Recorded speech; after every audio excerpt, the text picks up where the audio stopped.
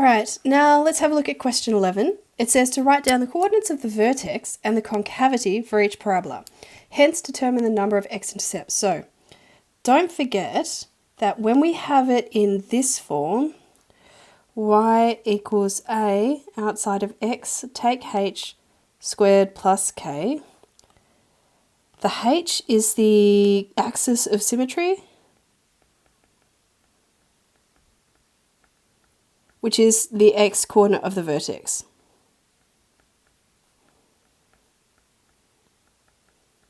And the y is the y-coordinate, the k is the y-coordinate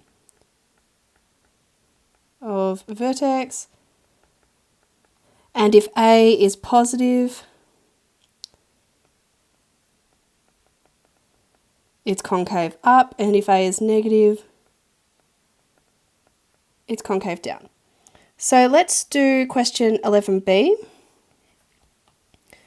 We've got y equals 3, take x plus 1 squared. I'm going to rewrite this so it looks more like my turning point form, y equals a outside of x, take h all squared plus k. So I'm essentially going to move the 3 to the end, and that's a positive 3. So I've got negative x take plus 1 all squared plus 3, which means, well, first of all, concave down because there's a negative out the front. A is negative 1. If there's no number out the front, that's a 1.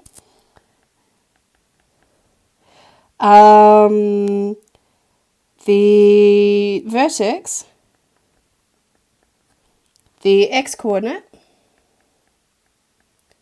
which is h, equals negative 1 because there's a plus in the middle, so you change the sign. The y-coordinate,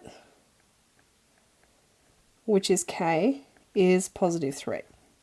So the vertex is at negative 1, 3. So that's where it turns around.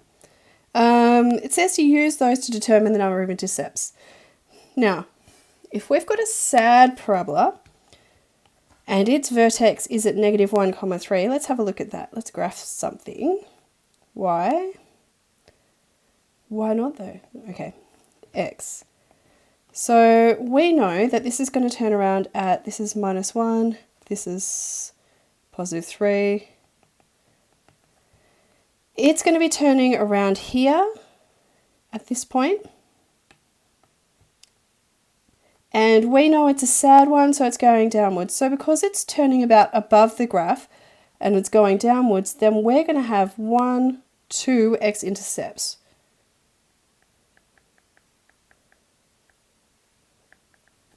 If it had been a happy one, which it wasn't by the way, if it had been a happy one, then we would have had no x-intercepts because it would have kept going up. But we didn't have a happy one, we had a sad one. So 2 x-intercepts. Okay, now let's have a look at completing the square for some non-monic quadratics. I'm gonna do like 2 or 3 examples of these. I think the best way to do it, to understand it, is to do lots of examples. So let's have a look at 12c first.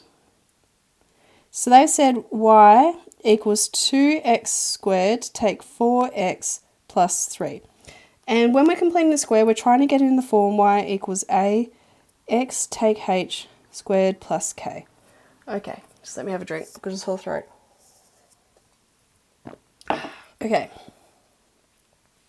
Now, in these brackets, there's nothing in front of the x. So I need to factorize out. It's going to end up as a. Here, this is what I need to factorize out first. So I've got y equals 2. I'm only going to factorize it out of the first 2 things because we've only got 2 things in here. I'm only going to factorize it out of the first 2 things. So I've got 2 outside of x squared, take 4 plus 3. Now, my brain as well as yours will be screaming out x take 2x plus 2, but we're not going to do that. We're completing the square. Don't forget, when we're completing the square, now we've got this thing here. We have, oh, that's take 4x. Okay. We have whatever this number is. So we've got 2 outside of x take 4. We have it squared. So that 4 went there. We then minus off this term squared. So that term is where this whole thing comes. And then we do our plus 3 at the end. Okay, we actually know what 4 and 2 is. It's 2. So we've got y equals this 2 out the front of x take 2 squared, take 2 squared plus 3. So this comes out as y equals 2 outside of x minus 2 all squared minus 2 squared plus 3. So negative 4 plus 3 is negative 1. That's completed the square. Is that all we had to do, or do we have to sketch it?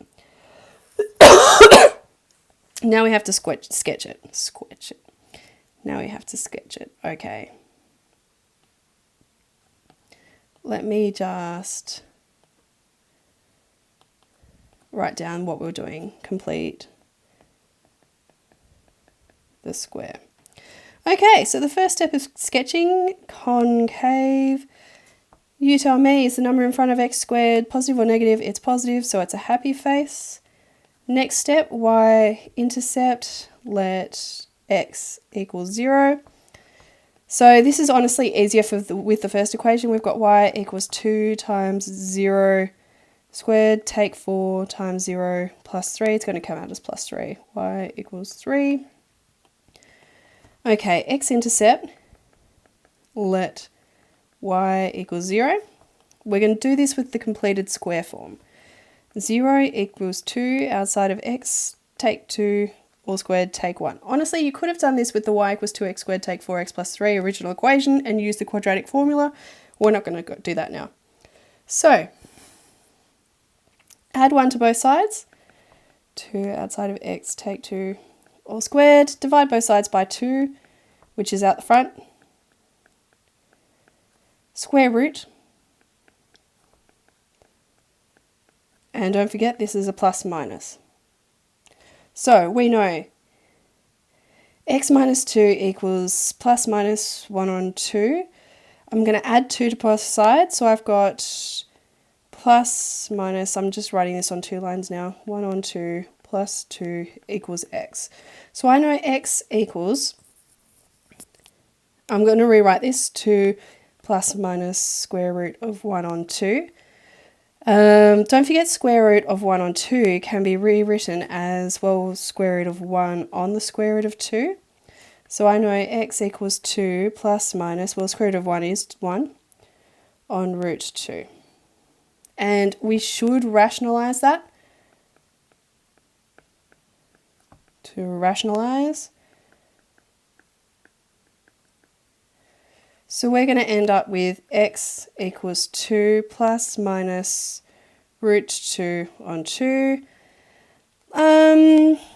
Lowest common denominator, I'm going to add these. X equals 4 plus minus root 2 on 2. So they're my x-intercepts. Now, what's our next step? Axis of symmetry.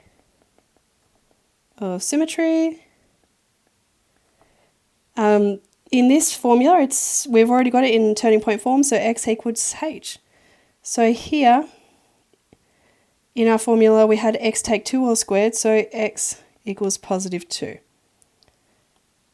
Because up here we knew that, I'll do this in a different colour, a equals 2, h equals positive 2, k equals negative 1. Okay, and now the y-coordinate of the axis of symmetry.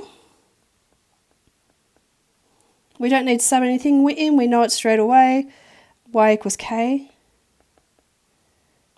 So y equals negative 1, and now let's sketch. Anytime I start to get like surds in my answer, I know that my sketch isn't going to be amazing, but that's okay. Y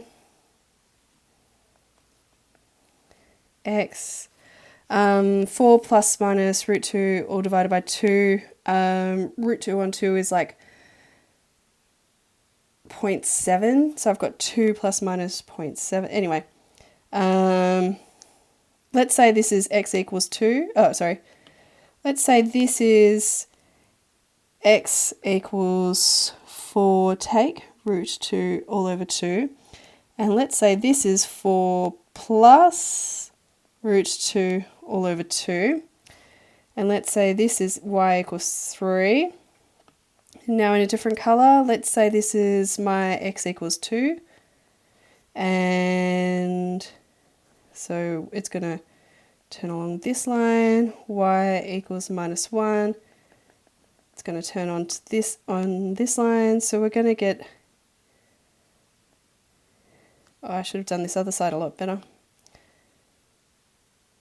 Like that, ish. You can never sketch them amazingly. I think in the next video I'm going to have to do the 2 other examples.